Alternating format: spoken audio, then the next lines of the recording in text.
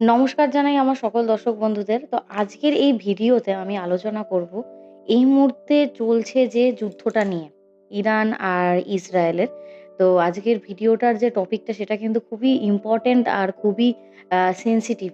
আর এই ভিডিওটা আমি মেইনলি জ্যোতিষ যে অ্যানালিসিস আছে তার মাধ্যমে এই ভিডিওতে আমি জানাবো যে এই যে যুদ্ধটা এই মুহূর্তে চলছে সেটা কি কন্টিনিউয়াসলি চলবে? কোনো কি ওয়ার্ল্ড ওয়ারে পরিণত হতে পারে নাকি এটা থেমে যেতে পারে? বা এটার যে প্রভাব সেটা কি আমাদের ইন্ডিয়ার উপর খুব বাজে রকম ইফেক্ট ফেলবে?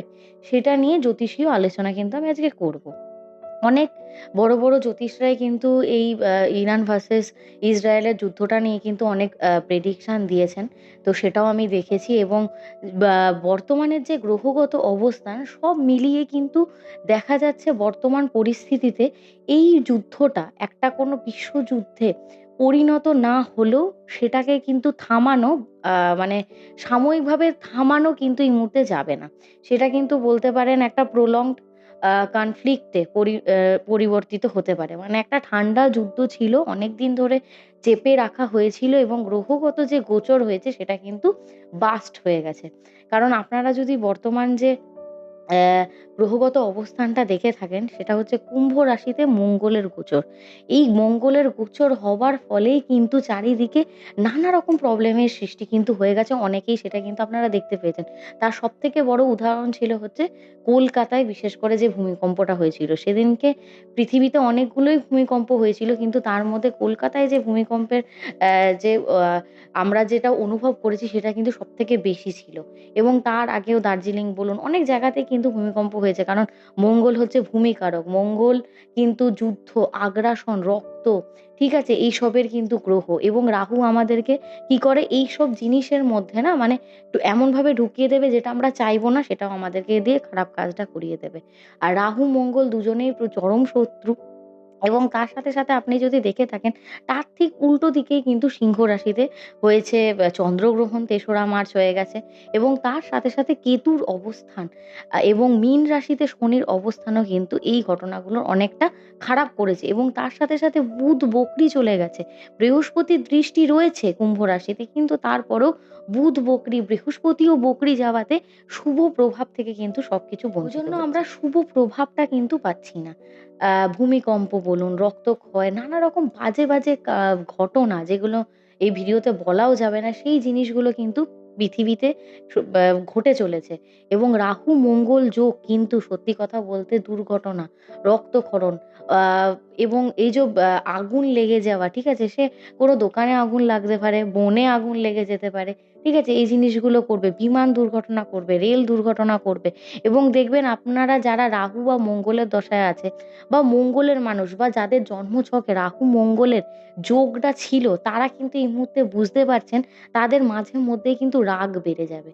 তারা নিজের মধ্যে থেকেই নিজেরা রাগ হতে থাকবে। ছোটখাটো জিনিসে কিন্তু ঝামেলায় জড়িয়ে যেতে পারেন বা দেখবেন এই যে পরিবেশের টেম্পারেচারটা হঠাৎ করে কিন্তু এত লো ছিল, ঠিক আছে? যেখানে এত ঠান্ডা ছিল সেখান থেকে হঠাৎ করে কিন্তু সেটা বেড়ে গেছে।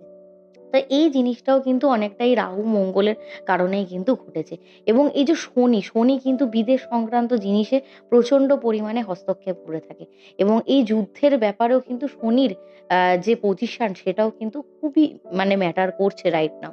তো এই কারণের জন্যই সত্যি কথা বলতে যে জ্যোতিষীয় ইঙ্গিত রয়েছে এই যুদ্ধটায় কিন্তু মার্চ মাসে অনেক, অনেক দেশ কিন্তু জড়িয়ে পড়বে। তার মধ্যে কিন্তু ইন্ডিয়ার নামও থাকবে এবং এই যুদ্ধটা বন্ধ হওয়া হঠাৎ করে সেটাও কিন্তু সম্ভব না। হ্যাঁ, যখন বৃহস্পতি রিট্রোগ্রেড অবস্থাটা ছাড়বে এবং কর্কট রাশিতে অবস্থান করবে, তখন গিয়ে উত্তেজনা কমতে পারে। সবকটা দেশ দেখা গেল তখন এসে কিছু বৈঠকে বসছে, বসে একটা কোনো রকম পার্টিকুলার অবস্থানে আসছে যাতে করে জিনিসটা একটা শান্তিপূর্ণ অবস্থানে ফিরিয়ে আসা যায়।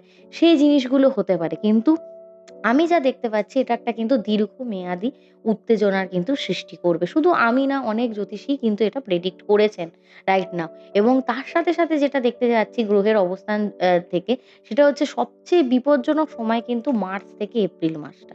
ঠিক আছে? এই যুদ্ধজনিত জিনিসের জন্য। তো ১৩ থেকে ১৪ই মার্চের মধ্যে যখন এই যে মঙ্গল আর রাহুর যে ডিগ্রিটা তখন তো একটা কনজাঙ্ক্ট হবে, ঠিক আছে? দুটো একই ডিগ্রিতে আসবে। তখন গিয়ে এই জিনিসটা আরো কিন্তু বেড়ে যাবে। তখন দেখা যাবে যুদ্ধ মানে ঘোষণা হয়েই গেল এমন ম্যাটারটা হতে পারে। এবং তার সাথে, সাথে এই যে মিসাইল, ঠিক আছে? তার সাথে, সাথে ড্রোন দিয়ে যে হামলাগুলো হচ্ছে, বোমাবাজি আমাদের এমনি ইন্ডিয়াতেও হতে পারে, কোথাও না কোথাও দুর্ঘটনা। এইসব ঘটনাগুলো তখন দেখবেন আরো বেড়ে যাবেন এবং যারা বিশেষ করে মঙ্গলের দশা, রাহুর দশা, তার সাথে, সাথে রাহু মঙ্গল ধরুন অষ্টমে রয়েছে, যেমন কর্কট রাশি, সিংহ, মিথুন, এই রাশিগুলোকে তো তার সাথে, সাথে নিজেদের শারীরিক দিক থেকে, রিলেশনের দিক, সব দিক কিন্তু বজায় রেখে চলতে হবে এবং যারা মঙ্গলের জাতক জাতিকা রয়েছেন তাদের জন্য আরো বিশেষ করে কিন্তু এই সময়টা খুব দেখে শুনে থাকতে হবে। এবং তার সাথে, সাথে আমি বলব ২রা এপ্রিল মানে এপ্রিল মাসের সময় দেখবেন এই যে বিস্ফোরক, কারণ শনির সাথে আবার মঙ্গল যেতে চলেছে মীন রাশিতে। তখন দেখবেন আবার এই জিনিসগুলো নিয়ে হচ্ছে বিদেশজনিত জিনিসপত্র চাপ, ঠিক আছে? এমন আমাদের অথরিটিস বা গভর্নমেন্টস এমন জিনিসপত্রের একটা ডিসিশন নিয়ে নেবে যেটা মানুষের খুব একটা পছন্দের হবে না। কারণ বছরটাও রবির বছর। নিউমারোলজিক্যালি দেখতে গেলে বছরটা সান, রবি মানে রাজা। তো গভর্নমেন্ট এমন কিছু মানে সিদ্ধান্ত নিয়ে নেবেন যেটা কিন্তু আমাদের মতো প্রজাগণের কিন্তু সেটা পছন্দ নাও হতে পারে এবং এইজন্য কিন্তু দেখা যাবে গভর্নমেন্টের সাথেও আমাদের একটা কনফ্লিক্ট হচ্ছে। এই জিনিসগুলো কিন্তু এই বছর দেখা যাবে, বিশেষ করে এপ্রিল মাস থেকে এটা আপনারা দেখতে পাবেন। এবার ঘটনাটা হচ্ছে এই যে শনি, রাহু, এদিকে হচ্ছে মঙ্গল, এরা না এই মুহূর্তে একটা প্রেশার কুকারের মতো জিনিস তৈরি করে দিয়েছে। যেটা মানে যখন তখন কিন্তু বার্স্ট হতে পারে। এবার ঘটনাটা হচ্ছে কখন স্বস্তি আসবে? সত্যি কথা বলতে যখন বৃহস্পতি রেট্রোগেট অবস্থাটা অলরেডি ছেড়ে দেবে, কিন্তু যখন গিয়ে কর্কট রাশিতে জুন মাসের পর থেকে বিশেষ করে যখন কর্কট রাশিতে উনি প্রবেশ করবেন, তখন গিয়ে এই জিনিসটা একটু হলেও কিন্তু যে এতটা চাপ অনুভূত হচ্ছে চারিদিকে, যে মানুষের জীবন চলে যাচ্ছে, সেইগুলো থেকে একটু কিন্তু মানুষ স্বস্তি পাবে এবং বিশেষ করে কর্কট রাশি তাদেরও তো শারীরিক অবস্থার খুব খারাপ অবস্থান রয়েছে। তারাও কিন্তু অনেকটা শারীরিক দিক থেকেও কিন্তু তখন স্বস্তি পেতে শুরু করবেন। এবার ঘটনাটা হচ্ছে আমাদের যে এই যে চন্দ্রগ্রহণটা হলো, এটারও কি কোনো এফেক্ট আছে? অবশ্যই আছে। চন্দ্রগ্রহণের ফলে কি হচ্ছে, যেহেতু কেতু অবস্থান করছে রবির ঘরে, হঠকারী সিদ্ধান্ত গভর্নমেন্টের বা অন্য বিদেশজনিত কারণে নানা রকম উত্তেজনা, রাজনৈতিক যারা বিদ আছেন তাদের মধ্যে কূটনৈতিক প্রবণতা অত্যধিক পরিমাণে বেড়ে গেছে। তারা মানে অত্যধিক প্রোপাগান্ডা, মানে যেরকম ইউএসএ ইসরায়েলের সাথে মিলে ইরানের এই যে জিনিসটা করল, ভেনেজুয়েলার সাথেও কিন্তু এই জিনিসটা হয়েছে। এই কেতুর অবস্থানের কারণের জন্য কিন্তু বিদেশগত দিকে এই জিনিসগুলো আপনারা দেখতে পাচ্ছেন। তো এই মুহূর্তে এই জিনিসটা ঠিক হয়ে যাওয়া একেবারে কিন্তু অসম্ভব রয়েছে। দেখা যেতে পারে পরবর্তীকালে এটা একটা বড় যুদ্ধের কিন্তু জায়গা সৃষ্টি করতে পারে। আর সবথেকে বড় কথা, যেহেতু সিংহ রাশিতে কেতু রয়েছে, বড়, বড় সেলিব্রিটি পারসনদের মৃত্যু, রাজনীতিবিদদের অনেক সময় মৃত্যু হতে পারে, জাতীয় শোক হতে পারে, বড় কোনো অ্যাথলিটস এর মৃত্যু হতে পারে। তার সাথে, সাথে দেখা যাবে বড় রাজনৈতিক পরিবর্তন আসতে পারে আমাদের দেশে এই বছর এবং অন্যান্য দেশেও দেখা যাবে এই যে গদি আছে সেটা পাল্টে গেল। অন্য কারোর হাতে চলে গেল, যেটা আমরা এক্সপেকটেশন ও রাখিনি বা করিনি। ঠিক আছে? ক্ষমতার বদল হওয়াটা এই বছর থেকে কিন্তু মানুষ দেখতে পাবে। ঠিক আছে? আর ২০২৬ সালের যে এই ঘটনা আমাদের ভারতের ওপর কিন্তু অনেক বড় রকমের এফেক্ট ফেলবে। সেটা ১ম এই বলে রাখি ইকোনমিক্যালি। ঠিক আছে? অর্থনৈতিকভাবে এফেক্ট মানে যারা মধ্যবিত্ত পরিবার রয়েছেন তারা কিন্তু সবথেকে বেশি এফেক্টেড হবেন এই কারণের জন্য, জিনিসপত্রের দাম প্রচুর বাড়বে। তার সাথে কিন্তু সোনার দামও যেরকম আছে মানুষ কেনে, তার সাথে, সাথে দৈনন্দিন যে জিনিসপত্রগুলো আছে সেগুলোর দামও কিন্তু যথারীতি বাড়বে আগের তুলনায়। এবং এই কারণের জন্য দেখা যাবে এমার্জেন্সি ফান্ডও মানুষের কাছে কিন্তু থাকছে না এবং টাকা পয়সার প্রবলেম প্রচন্ড পরিমাণে এই বছরের মে মাসের পর থেকে কিন্তু আপনারা দেখতে পাবেন। মার্চ থেকে মে মাস পর্যন্ত টাকা পয়সা ব্যাংকে যারা রেখেছেন, ঠিক আছে, দেখা যেতে পারে সেক্ষেত্রেও অনেক সময় এমনও হতে পারে যে ব্যাংকের কিছুদিনের জন্য ক্যাশ আমরা তুলতে পারলাম না বা লিমিট এমন করে দেওয়া হলো কিছুদিনের জন্য যে আমরা সেই টাকাটা না তুললেও হয়। তো এমার্জেন্সি ফান্ড সবসময় ক্যাশ নিজেদের কাছে রেখে দেবেন। কারণ কখন কি ডিজিটালি প্রবলেম হতে পারে, কারণ বুধ যেহেতু বকরি গেছে এবং বুধের অবস্থা মাঝে মধ্যেই খারাপ হবার কারণে কিন্তু দেখা যায় এই ডিজিটাল বা টেকনোলজিক্যাল যে ফিল্ড গুলো আছে সেগুলোতে কিন্তু অসুবিধা হয়ে থাকে। এক্সপোর্ট, ইম্পোর্ট, বিজনেসম্যান এনাদের জন্য কিন্তু একটা এই সময়টা খুব থাকার সময়। এবং তার সাথে, সাথে বলব এই বছর তো যেহেতু ইরানের সাথে সম্পর্ক খুব একটা নাও ভালো হতে পারে ভারতের, জ্যোতিষগত দিক থেকে আমি বলছি। সেই কারণের জন্য তেলের দাম কিন্তু যথারীতি অনেকটা বৃদ্ধি পাবে। এটা আপনারাও নিজেরাও বুঝতে পেরে গেছেন। তবুও আমি এটা এক্সট্রা এড করলাম। তেলের দাম কিন্তু obviously পরবর্তীকালে বাড়বে। এবং এমনও দেখা যেতে পারে এই কূটনীতি যে জিনিসটা চলছে রাজনৈতিকভাবে, এটাকে ভারত হয়তো খুব একটাও বেশিদিন কিন্তু ব্যালেন্স করতে পারবে না। এই জিনিসটাও কিন্তু আপনারা দেখতে পারেন। তার জন্য দেখা যেতে পারে আমাদের ভারতকেও পরবর্তীকালে যুদ্ধে জড়াতে হচ্ছে, যেটা না চাইতেও হবে। এবং এই কারণের জন্য অনেকের সাথেই এমন হতে পারে ফ্রড বা চিটিং, এই জিনিসগুলো আমাদের ভারতের মানুষের সাথে হতে পারে। সাইবার সিকিউরিটি দিক থেকে ভেঙে পড়া, এই জিনিসগুলো কিন্তু হতে পারে। তো আমি বলব সবাইকে একটুখানি সতর্কভাবে থাকতে, এই সময়টা সবথেকে বেশি করে হচ্ছে নিজেদের ক্যাশ এমার্জেন্সি ফান্ডটাকে ঠিক করে রাখা, ঠিক আছে? এই জিনিসগুলো।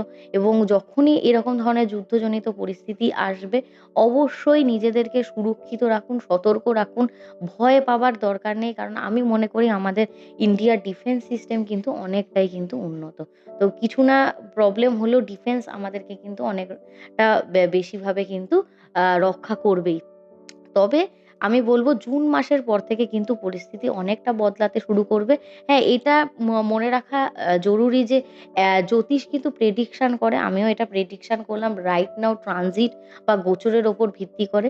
তো আমি এইটুকুনি বিশ্বাস রাখি দেবগুরু বৃহস্পতির কৃপায় এটা আস্তে, আস্তে অনেকটা সঠিক জায়গায় ফিরে আসবে এবং মানুষও তাদের যে শান্তি একটা যে মানুষের মধ্যে চাই, ওয়ার্ল্ড এ শান্তি চাই, সেটাও ধীরে, ধীরে কিন্তু ফিরে আসবে। কিন্তু হঠাৎ করে আসাটার সম্ভাবনা রাইট নাও কিন্তু খুব বেশি মানে আ কি বলবো ইম্পসিবল ম্যাটার এর দিকে যাচ্ছে।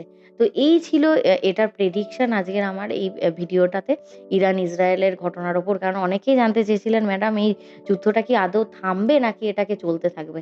তো আমি বলব ধীরে, ধীরে চলতেই থাকবে। থামার চান্সেস কিন্তু অনেকটা কমই আছে। এমনও হতে পারে কমলো মানে শর্ট টার্ম পিরিয়ড এর জন্য থামলো, ঝামেলাটা কিন্তু আবার পরবর্তীকালে শুরু হলো। এই জিনিসটাই কিন্তু মানে সম্পর্কটা খুব একটা ভালো হবার যোগ আমি আর পরবর্তীকালে কিন্তু গ্রহগত অবস্থান অনুযায়ী দেখতে পাচ্ছি না। আর আপনাদের কি মনে হয় এই যুদ্ধটা কি থামবে নাকি আমরা জীবনে কোনোদিনও মানে শান্তি কি ফিরে পাবো? আপনাদের নিজেদের মতামতও কিন্তু আমাকে কমেন্টে জানাতে ভুলবেন না। সবাই আমার চ্যানেলের সাথে যুক্ত থাকুন, সবাই সুস্থ থাকুন, সবাই ভালো থাকুন, সবাইকে মিলেমিশে নিয়ে থাকুন, সবাই সতর্ক থাকুন।